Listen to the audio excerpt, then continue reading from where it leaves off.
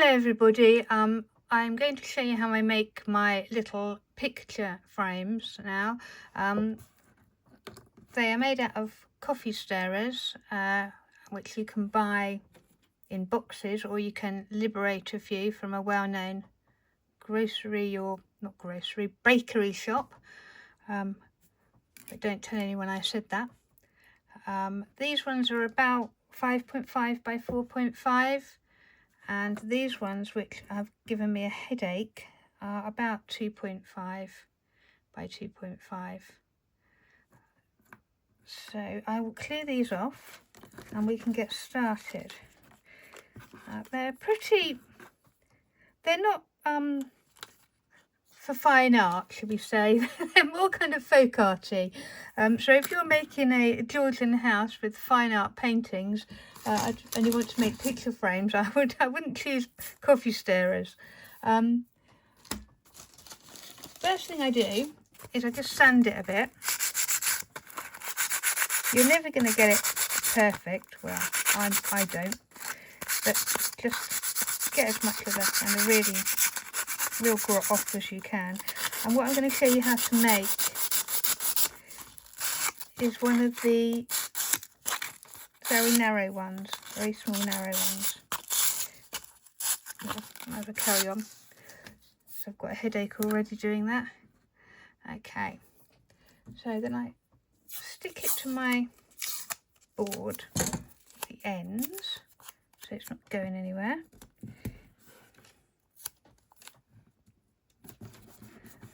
My pencil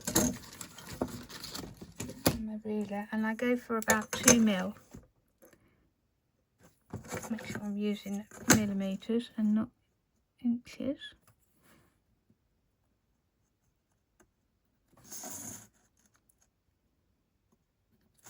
Just draw a line all the way in a few places along it so that you can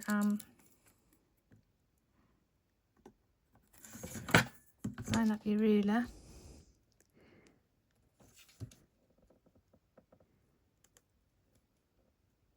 Draw along.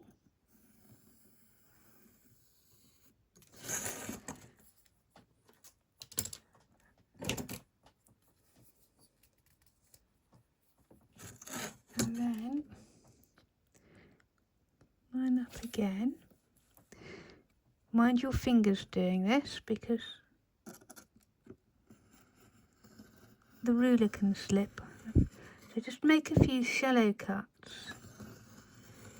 so that your blade has got kind of way to follow. Keep your eye on your fingers. Now if you've made several passes, you'll get this very satisfying crunching noise which tells you that you're all the way through. There we are. So you've now got these two bits here. I use my mitre saw to cut the ends off.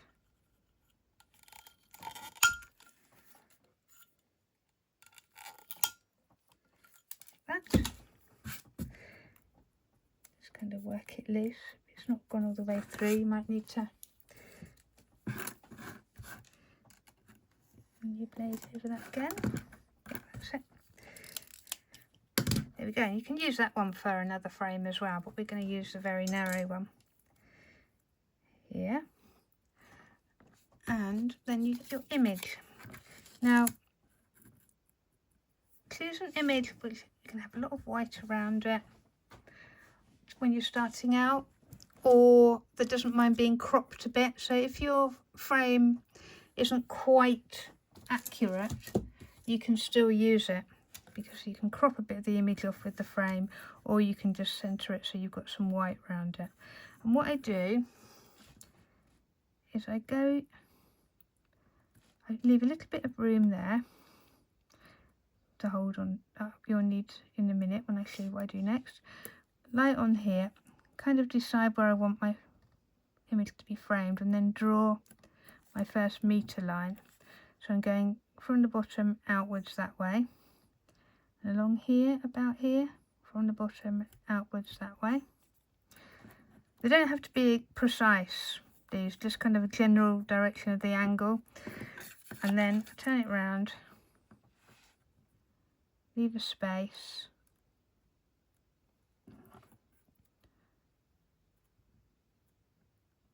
I'm running, and then do the same here. So I'm going to go that way. I want to cut her head off, and that way. Now what I do is I cut this in half.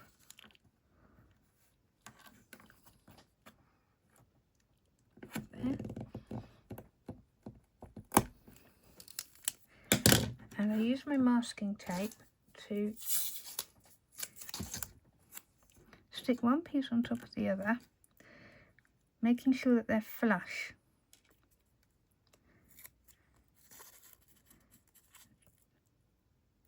Try not to get those marks. And I do both ends. If you're making a bigger one, you can leave more space between those bits and just do one piece on one coffee stirrer and one piece on the other, because if you're using the whole coffee stirrer, you don't have to be so worried about making sure that the width is right on both pieces, because the coffee stirrers are all the same width. But if you cut it, you just have to make sure that the pieces you've got are identical. So it's best to do one long cut and then pile them up like this. And then with the mitre cutter, I have tried doing it on my craft knife, with my craft knife on my 45-degree angle, and I can't because I'm too stupid. So I love this thing. I can see what direction I'm cutting in. I just line it up with that line roughly. Ooh. And then snip. That's my first cut. As you see, it's coming away a bit, so I'm just going to use another piece of masking tape now to make sure it's going to stay lined up. And then I'm going to switch it round. I have tried doing both the cuts at that angle together, but then I got in the middle, so I just do one piece at a time. More or less line it up with the next pencil line, make sure it's going in the right direction. Cut it. Now what you should have now are two pieces of wood with a 45-degree angle, one going that way, one going that way. I think that's called a trapezium, but I'm not very good at maths. So that's the first one done. And you just basically do the same with the second one.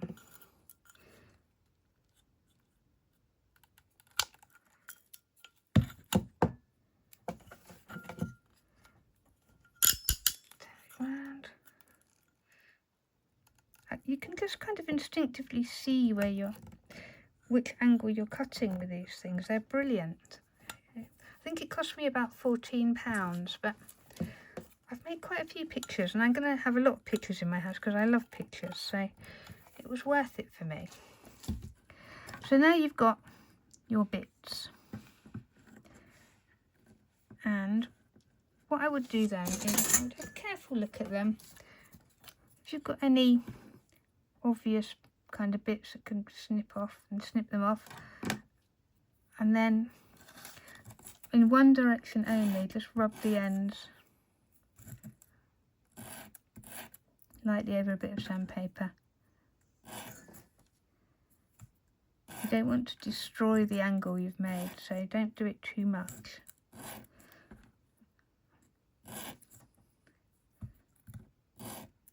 There you go.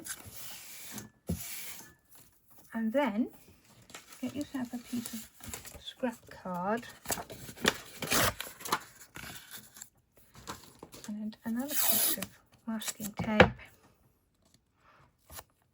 I'm using this green masking tape because it's what I've got, but you can use the cheaper stuff,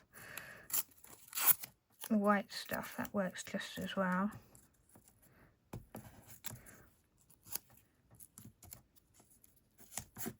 Just got this left over for some decorating in my house, so I'm using it. And then just stick these bits onto here.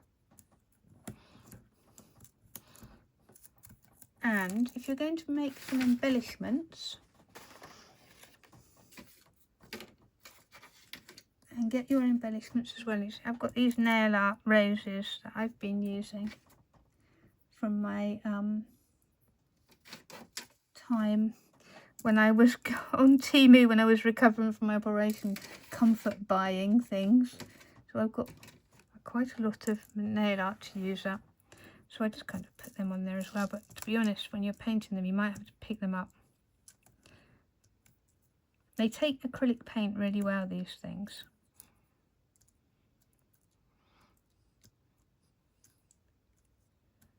And then you just paint that. You can also spray them. They work really well sprayed. There's one that's sprayed. But it's smelly and messy. So now I've discovered they work with acrylic paint just as well. I'm starting to use the acrylic paint. I'm going to have to stop this now because I have no painted ones to show you. So I will paint this and come back when it's dry. Okay, so we're back with it painted. This is about take 4 of this attempt at a tutorial. The first one I had all the stages ready prepared, and gradually as the takes got, there's an ice cream van outside, I don't know if you can hear that, but as I did more and more takes, I got less and less organised and everything just descended into chaos. And to be honest, I just thought I was going to chuck the entire thing and forget about it. But then I realised that I couldn't because of what I'd written earlier on the page about not being intimidated by other people's perfectionism. So I felt like I had to carry on. So here I am, plodding along. And you know, I was watching people like, just going to nip that little bit off there that I've just noticed. My scissors. Watching people like Queen City Minis, which are brilliant, and Gretchen's workshop, I really enjoy, and Julie Warren, and they're just so polished, and I'm just so amateurish. But I just think you just got to keep going, haven't you? And eventually one day, maybe I will be polished. It hasn't happened in any other area of my life, though, I must say. Right, so we've got the painted bits. And now we need to glue them together. So just arrange them so you've got them how you want them, really.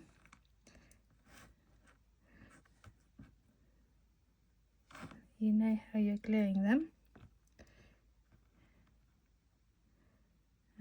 And that little bit there is not quite the same width, is it? But I'm not bothered because that's where the embellishments come in.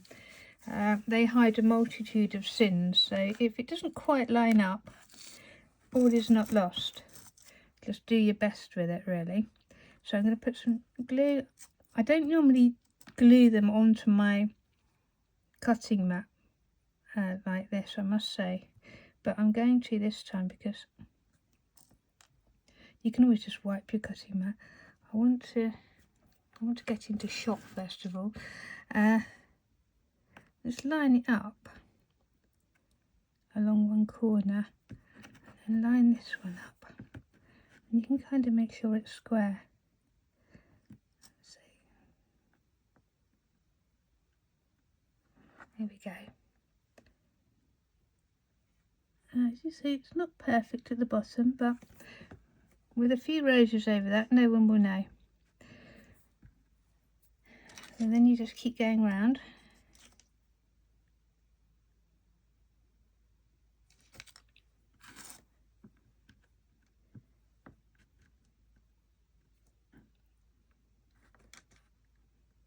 It's not very stable at the moment. You do have to kind of fiddle around. What you can do is do one edge and then the other edge, and then sort of this edge, and then fit them together when they're drier, which makes it more stable. Now that is, but because the pieces are so small, they're never going to be completely stable until you've got the acetate stuck to the back.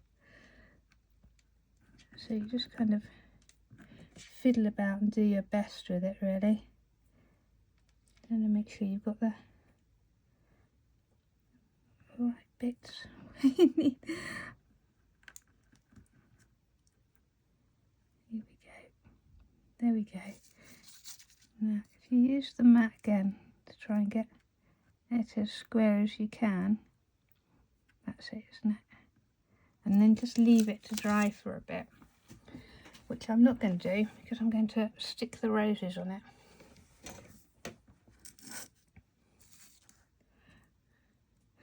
And have a look at the corners and decide which ones are the worst ones, or you can just stick something on all four corners if they're all dreadful. And then I just wanted to show you what I mean.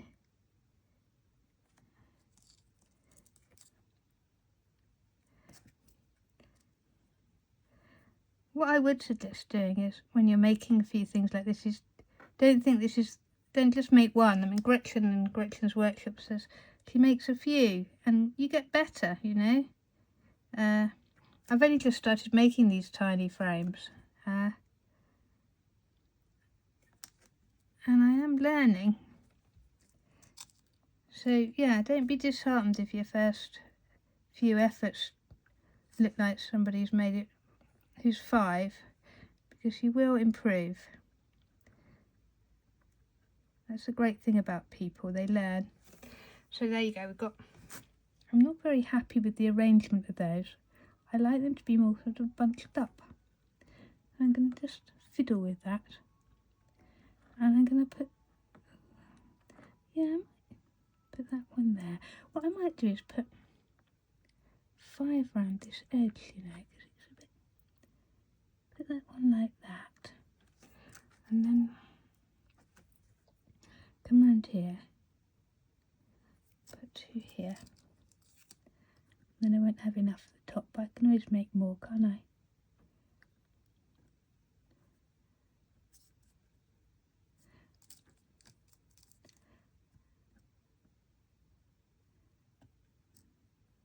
Okay. This one's incredibly narrow, so it's a bit of a challenge. There we go. I'm sort of cascading around that edge there.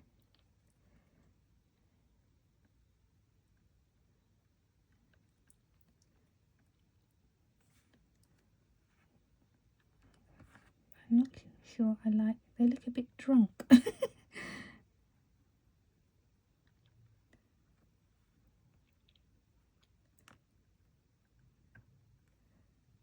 There.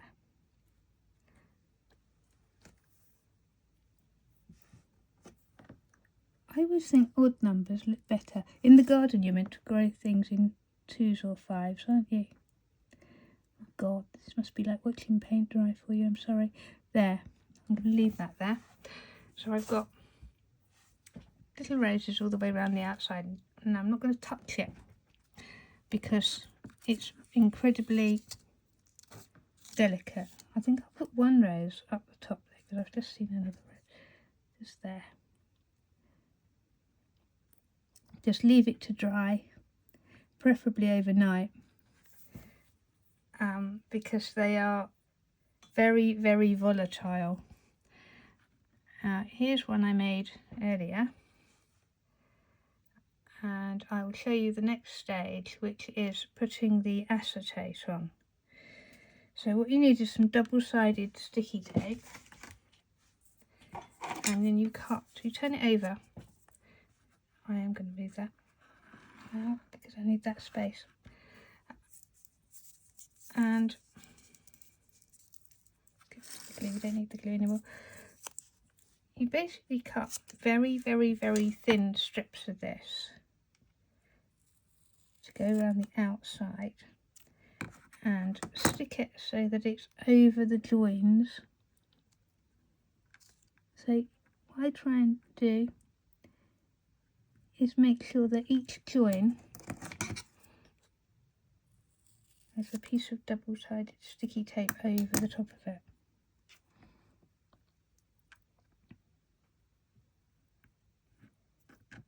It's too long.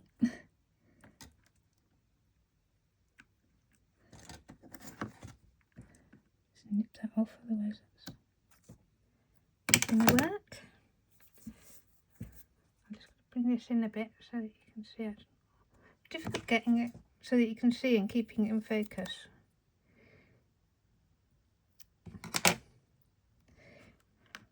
In a previous life, I used to have a boyfriend who was a photographer and now works in film, and I sometimes deeply regret that we lost touch because he would have been incredibly useful.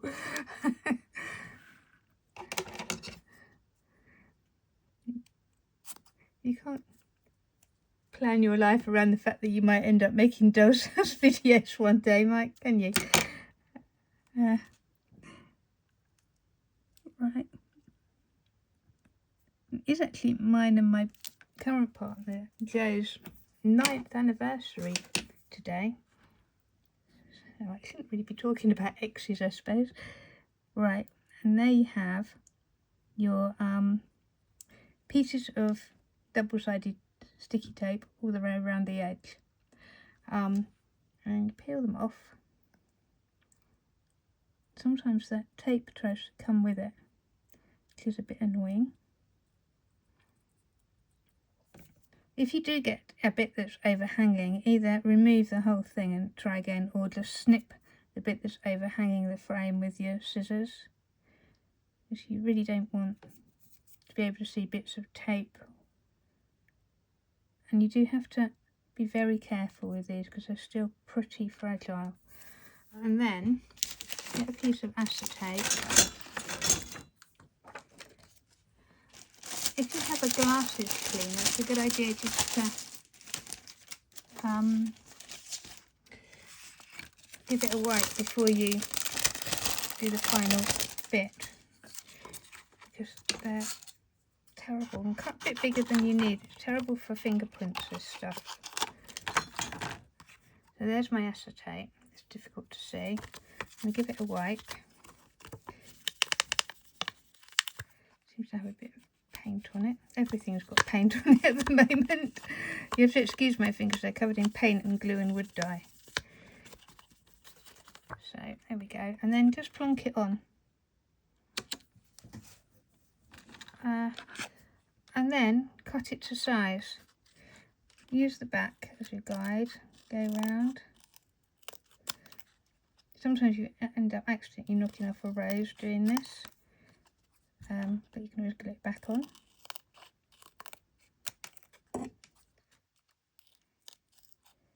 There you go.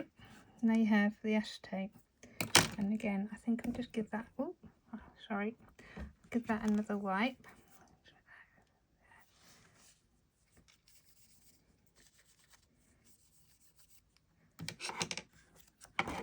Right, and now we're ready for the final stage, which is the picture. And I'm going to use this Ivor the Engine picture. I'm just going to check if it's, yeah, look at that.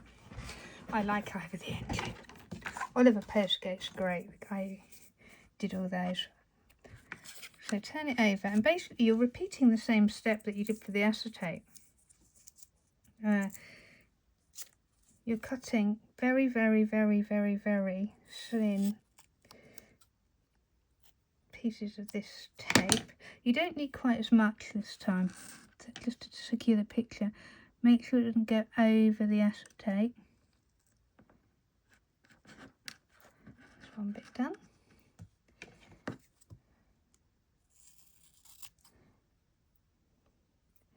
Obviously, if you're making a wider picture frame like one of these ones, it's a lot less fiddly.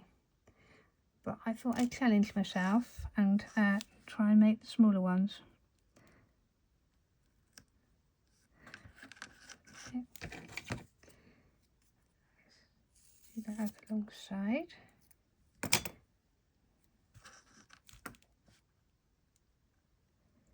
When I first started getting interested in miniatures, I couldn't understand why the smaller things seemed to be more expensive than the bigger things. But now, having made them, I completely understand why.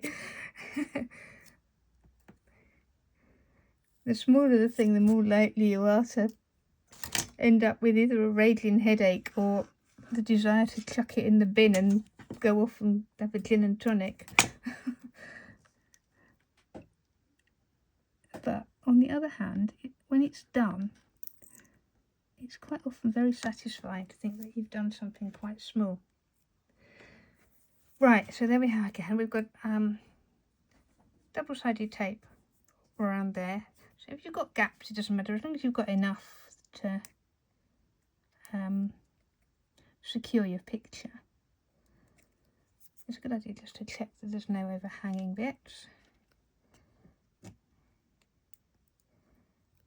And peel it again. I don't know where that bit came from, but hey ho. The top. And then make sure you, as I said earlier, if you've got enough white around it, you've got a bit of room to play there. Clean that. Well, there's a lot of marks on there. Usually when you get it on the picture you can't see, so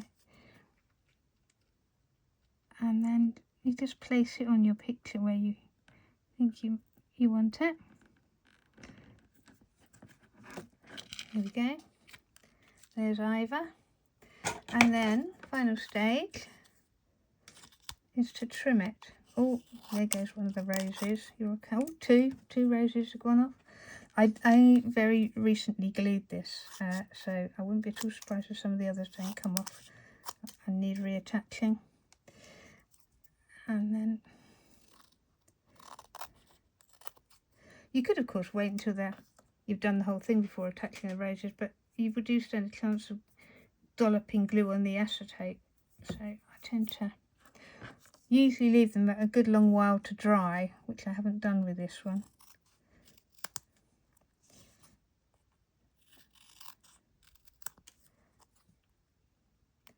Sort of angle your scissors in, or you can do it from the back. It's sometimes quite easier to do it from the back.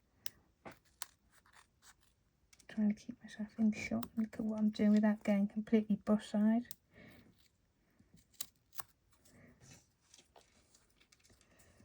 I've still got a bit poking at the bottom there. There you go. Oh, there goes another rose. I've still got a little bit of glue here, so I'll just prod those roses back on. I can't even remember where they were now. It'll be a different arrangement to the original one. Seems to be quite a few.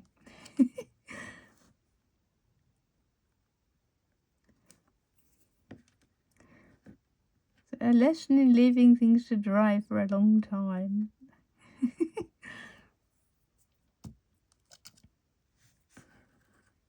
Oh, I see. I've done 3 on one edge, one corner, opposing corner, and 1 on the other diagonal. And you go back on there. And then I've got 1 left to reattach.